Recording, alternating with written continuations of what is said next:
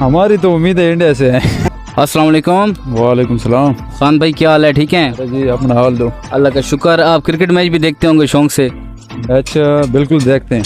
अच्छा आप ये बताइएगा कि संडे वाले दिन पाकिस्तान वर्सेस इंडिया का मैच है, क्या कहना चाहेंगे?